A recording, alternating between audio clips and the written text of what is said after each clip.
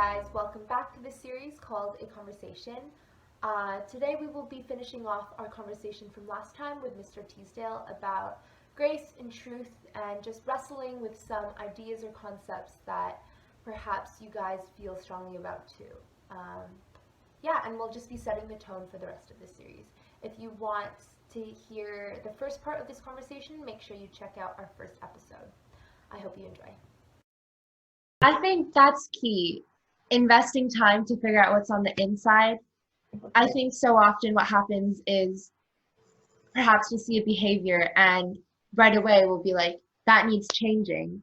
We need to fix that. Whereas in doing so, we're actually hurting that person more because we're not taking the time to find out what they're going through and what has brought them to do that, if that makes any sense. And if we tell them what you're doing is wrong, they'll only feel more alienated and they'll just walk away from the church because they don't want to have their behavior changed, right? Who are they to tell me what I'm doing is wrong if there's no relationship there? Yeah, I think you're absolutely right. If we are made in the image of God, I think what that means is we have a conscience, we have a moral framework, and I would say 90% of the time we're pretty much aware of when we do something that's wrong. So why would I ever want to tell someone, hey, that's wrong? You know what? Deep down inside, they actually know it's wrong. Mm-hmm. They may not be willing to admit it. They may claim to have a worldview that says otherwise, that allows them to do what they want to do. And so I don't understand why we ever want to point out the faults of others. And I know that you can point out scripture verses where Jesus goes in and he does point out the faults of people, but I still have a belief that Jesus pointed those things out to increase their consciousness. Those comments were not made about their conscience, you're a bad person. It was to increase their consciousness. Once their consciousness is open, is deep, and is made aware, then he kind of goes, okay, now guess what? Now you understand where this thing comes from. Now go and sin no more. And so the conscience, the behavior follows. But the incredible thing about the gospel is this. Even when my conscience is tweaked and I realize I'm doing something wrong, the reason it's called the good news is because when I screw up tomorrow, it's still okay. Right. And that's where the grace comes in. Yeah, and I have two thoughts with that. The first one is the yardstick by which I measure other people will be the yardstick that God will use to measure me. So Mona, if you make a mistake and I use a yardstick that measures Mona, and it ultimately kind of goes, Mona, it's still okay. I know it's the fourth, fifth time you've done this. It's still okay. The good news for me is God uses that same yardstick with me, right? So back to the story that you shared about, or not the story, the examples you point out in the gospel. I think there's also a difference there. Tell me what you think of this. I believe that it's not our place to convict other people of the truth. It's not our responsibility to tell them what they're doing is wrong. I think it's our job to love other people, and it's God's job to convict them and their hearts. Yeah, and you know what? I think you're right. And the reality is, I can think of a very good friend of mine, and he doesn't tell me what I'm doing is wrong. He just lives a life that is so right. It's very attractive to me. And so a part of our relationship is his unconditional love for me. And I just want to be like him. I think about how he reacts in all sorts of situations, but he virtually never tells me how to behave. He just simply does it. Mm-hmm. And I think for our student body to be the essence of Christ is honestly to do that. And so talking about behavior to me is this, maybe this will offend people. I don't know. My apologies if it does. And I don't think you sound very sorry. Well, I am deep inside. I don't want to be antagonistic, and I'm not being antagonistic just for the sake of being antagonistic, but there's a little bit of a Pharisee in me. I think there's a little bit of that in all of us. And, I was a smoker as a teenager, and when I quit smoking, I was so excited. I was so happy. But I also remember going around and telling my friends, well, you should quit too. And you know what? That's kind of what happens, right? We've all overcome our issues. And as soon as we overcome our issue, we expect everyone else to be able to overcome their issues. Right. And so we become Pharisees. So I really liked what you said about your mother. That example, I think, kind of was profound for me because I see other people in my life who can be like, if we're using it as an analogy, can be your mother. And I see other people who are pushing them away from church, not intentionally, but because of the way they're approaching the situation. yeah. And I think that's a challenge for myself personally, because I want to be sure that I'm not that person who's putting on that guilt and shame for other people. Yeah. Um, We have a habit. We always want to fix people. yeah, And if there's one big lesson in my life in the last little bit, it's like, stop trying to fix people. Just let them be on their own journey in the same way that I was allowed to be on my journey. And along the way, I just rubbed shoulders with people that offered encouragement, that offered wisdom, that had a life that was attractive, that I was drawn to. Um, the whole idea of fixing people, I think it's hypocritical. I think it's off base. So that just has to be taken out. Let people work it out themselves. Bringing it back to the grace and truth, what we've been talking about is essentially saying the grace needs to come first, and then God will convict other people of the truth, instead of the current pattern, which is telling people the truth, as in what you're doing is wrong, but don't worry because then God will forgive you. But then that cultivates a lot of shame and guilt, which is in the end only more harmful to the people that we're trying to love. Yeah, there's a fantastic quote in the movie The Two Popes. Have you seen it? No, what movie? It's called The Two Popes. Anyways, it's the Pope talking with one of the members of the hierarchy, and basically the one guy says that sin is it's a wound to be healed, not a stain, not a blemish to be removed. And I think sometimes my danger is I do think of sins as stains rather than wounds. And I think the big implication and the difference there is if someone is wounded, then what I'm doing is I'm offering care. I'm offering health and healing, as opposed to a stain, which is like, oh, you're dirty, you're broken, that's ugly, you need to fix that, right? So it's a good movie. Watch it. I will. There's another aspect about grace and truth that I wanted to talk about. It's this idea that there is an absolute truth in God, but perhaps in the process of us interpreting it into our own lives, do you think it's possible that two different people could be faithfully following God and seeking the truth, but come to two different conclusions? Absolutely. And it's not even because one is right and one is wrong. You know, my suspicion is both are wrong. And back to, like, this is a great McFarland question. If church history is 2,000 years of reform, we've been getting it wrong and right for 2,000 years. And it's a slow evolution or deepening of our understanding. And so it'd only be arrogant to think that any particular denomination has arrived. Right. It's either naive or it's arrogant. No denomination has the cornerstone on who Christ is. And in fact, if you ever caught a hold of a significant truth, the danger of catching a hold of a significant truth is we want to make it the hallmark of our faith. And I think that's dangerous. So I have to believe that God is okay with my poor theology. Because if church history tells me anything, we generally do mess up more than we get it right. But every now and then we get it right.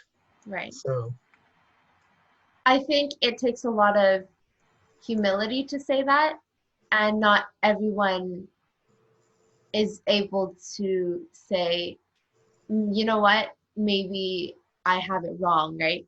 I think so often we approach these things with a very assertive and dominant point of view. yeah, And I think when we do that, it's harmful, because if someone else is struggling with that truth and we tell them that they're wrong, well, first of all, who are we to tell them that? And second of all, if they're genuinely trying to find the truth as well, but it doesn't line up with what they're saying, again, it's like they feel like they're being pushed away by the church. sure. Well, do you know what the antidote is to my own narrow-mindedness? The thing that has healed me the most is suffering. You know, when I'm comfortable and life is good, I think I become a little more arrogant, a little more set, a little more fixed in my position. And when my life gets flipped upside down, everything goes out the window. And then I'm forced to have to wrestle all over again. And I grab onto those building blocks that have been true anchors in my life. And it tends to be things like the love of Christ. You know, some days that's all I know. I can't figure out anything else. But I know this, that Christ has this crazy love for me. And that's all I need to know. So one of the big arguments against why God exists is suffering in the world. And here's the irony. My own personal suffering has been the catalyst that has fueled me towards faith in God. Right. And I think one of the dangers is if I talk about suffering in the world pointing to the fact that God doesn't exist, I'm often talking about the suffering of somebody on the other side of the planet. And that's an unfair judgment to make, because I'm co-opting someone else's suffering to justify my own position. Whereas I would suspect more often than not, that other person on the other side of the planet who truly is suffering, I don't think they're leaning away from God. I think their suffering, it makes them lean into God. And so I'm co-opting their suffering, and I'm actually misinterpreting it, right? Which again is the issue. So this idea of wrestling, I think it's actually a pretty profound idea for many people who are used to being spoon-fed theology. I think it's a very important skill to be able to hear what other people are saying. So I hope that the people who are listening to this aren't just taking this as the truth because Mr. Teasdale is, all wise and whatever. I want people to learn how to wrestle and really critically think about what they hear and kind of hold it up to what they believe is true. Talk a little bit about how you wrestle. Yeah, you know what? I think in the younger grades, you really are spoon-fed a faith, a theology, and I think that's acceptable. I think when we spoon-feed high school students a particular faith or theology, the best thing that can happen is that those high school students throw it up, because the days of spoon-feeding are over. And so in some ways, when students react to chapel, there is an argument that it's a sign of health. We want them to be looking at chapel. We don't want them to be cynical. We want them to be discerning. And maybe that's the big difference for those of you that that observe chapel and you find this tension inside of you. I think it's okay to try and discern what's going on. And your motive should be this. I see that this isn't working. How can I make this better? What's my part in this? Because if you choose to sit back and only criticize and not participate, then I hate to use the H word, but you're hypocritical. And so if you see something that's wrong, if you don't participate in making it better, then you've lost your right to criticize it. And this is me. This is my tension. If I'm not willing to be a part of the solution, then I can't really complain. There's something that pops out to me whenever I read the gospel, and that's it seems the church has their way, or like the Pharisees say that there's some way, and then culture or the world says another way, and Jesus always seems to be the third way when no third way exists.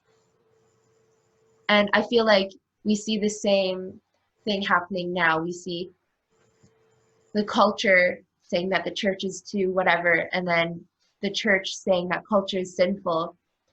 And then it becomes this very binary situation where they're clashing. Yeah. How do we solve that? Or how should we approach it? I think the tension between the church and the state is sometimes it feels like a threat to the church, that we're being attacked. I think it's wrong thinking. We're not being attacked. We're being given a golden opportunity. It's just veiled. It's just difficult to see the opportunity. And I think it comes back to Christ saying, turn the other cheek. So as a believer, if I'm ever attacked, if accusations are thrown at me, I feel like sometimes, you know what, you just have to take it on the chin. Mm-hmm. There is no retaliation. And I think to a degree, when you are attacked and you take it on the chin, when you turn the other cheek, it's really hard on the person doing the attacking, because they see your response and it's not what they thought they would get, right? They're looking for confrontation. They're looking for that battle.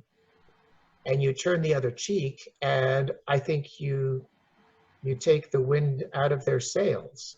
And I'm not saying this is a manipulative strategy. It's not psychology, although it works in that sense. It's just living out the gospel. It's living out the essence of who Christ is. If Christ calls us to surrender, then let me be attacked and let me turn the other cheek. And I think when we do that, we stand out. I think when we do that, people have to ask those questions. Wow, okay, what is going on here? And anyone who is truly searching, I think, will see that and be drawn closer. And instead of the attack, it becomes the next part, which is, well, why do you live the way that you live? You're different. And that maybe our conversations come full circle, because now we're back to behavior. We're living out the gospel in a world that wants to attack us, or I actually don't think the world does want to attack us, but That's just how we view it. Right. There's nothing more beautiful, really, than taking it on the chin. There's nothing more beautiful than turning the other cheek. And I think that's the third way. That's what Jesus would do. I think it is the third way, which is why a part of me is like, let that thread, let the chat go. Like, okay, make your comments. It's okay. It hurts. It does hurt. But it's still okay. I'll throw one more comment out there, and then maybe we can wrap it up. Richard Rohr talks about the idea of the 3 boxes, and I've shared this, I think, with Summit students. So let me make sure I can get this metaphor correct. So I may have to do a second shot at this, but the first box, we're given files, and these files are ordered. And it's typically, you're young in your life, and this first box, it's ordered through our parents and through our pastors and through our teachers and through older siblings and uncles and aunts. And it's like, this is how you should live. And as you get older, you begin to have these doubts and these questions. And I almost think that this is the high school phase, is you look at this box and you begin to doubt it. And so you deconstruct it. You dump the box of files out. You go, I don't believe this stuff. I don't believe. And so out it goes. And there's a third box. And the third box is this reordering of your own understanding of your own faith. All of a sudden, you look at the ground at those files that you dumped, and you begin to see pieces that you actually do believe in. And so you begin to pick up those files and you begin to reorder your own faith. My big concern at PA is sometimes we only get as far as the second box. That students are so frustrated with certain things that they dump that box upside down, they throw the box away, and then they sort of walk away. They leave PA at grade 12. And if there's anything that I hope PA students would be, I like the fact that PA students dump that second box. I think it's necessary, it's healthy. But I really hope that all PA students grab a hold of a third box and begin to reorder it in a way that that third box has more truth in it than the first. I do believe that there is truth, capital T. I do believe that there are principles by which we should all live. The goal for you is to spend the rest of your life reordering the third box. And I think that's what Paul talks about when he says, run the race to the end. It's that work of reorganizing the third box, which is your faith, which is your understanding of who you are. And I think if we can do that, then we're on the right track. That reminds me of something another teacher from PA once shared in chapel, I think. He said once a girl approached him and she was crying, and she told him that she had something to tell him. And his first reaction was fear, because he thought she was going to tell him she was pregnant. But what came out of her mouth was nothing as bad. In fact, what she said was, she said the teacher's name, and she said, I'm scared that I don't believe in God anymore. And his reaction, what he shared, kind of took me aback, because he said he was relieved, and he was like, oh, if that's all, that's fine, because as long as you're searching the truth for the truth, I genuinely believe that you'll find it. And it doesn't matter if you don't find it here at PA or in 10 years from now, but if you keep searching faithfully, if you keep wrestling, then you'll get there. My last question for you is, so how do we search for the truth faithfully? Because I think there's a lot of different voices out there, and often the truth isn't something that we want to hear. So how do we know that what we think is true is true? Yeah. My first thought is be careful of being in a fixed position. You know, when I share my faith with somebody else, I really expect them to be open to understanding and acceptance. I have to use that same principle in my own faith. It's hypocritical for me to expect them to be open, but I'm so fixed. And so that's probably the first thing, is I need to be open. The second thing, I have sort of reoccurring themes that come into my head, and one that's sort of been prevalent lately is just a sense that God does have a better way for me. He has a path for me that's just so much better than the one that I might wrestle with on my own. And that idea that God has a better way, it sort of takes me to this third part, which is just surrender. And I'm not talking about the doormat type surrender. I'm talking about my own insecurities, my own wants, my own habits, my own way of thinking. I feel that, and I think we can back this up in scripture, the more I surrender, the more I give up, the more at peace I am, the more free I am. And if the essence of the gospel, because I think it is, the essence of the gospel is about freedom and health, for me, it's been so close to the idea of surrender that they go hand in hand. So it all comes back to the gospel, doesn't it? For me, you know what, 25 years in, I'm more convinced than ever that this thing we call the gospel is the answer. I'm open to another way. You know what the truth is? I've just never found anything that comes remotely close. And I know I don't have all the pieces correct, but boy, I've fallen in love with this message, this story, because it still changes me every single day. Right. And I don't have a choice but to pursue. So. Yeah, so that's all for now. Thank you, Mr. Teasdale. I've really enjoyed having this conversation, and I'm sure the other people who are listening to this have too. And to everyone who's listening right now, thank you for joining our conversation. I hope something that was said is challenging you in your thinking right now. And that's all we have for now. We'll see you next time. Bye.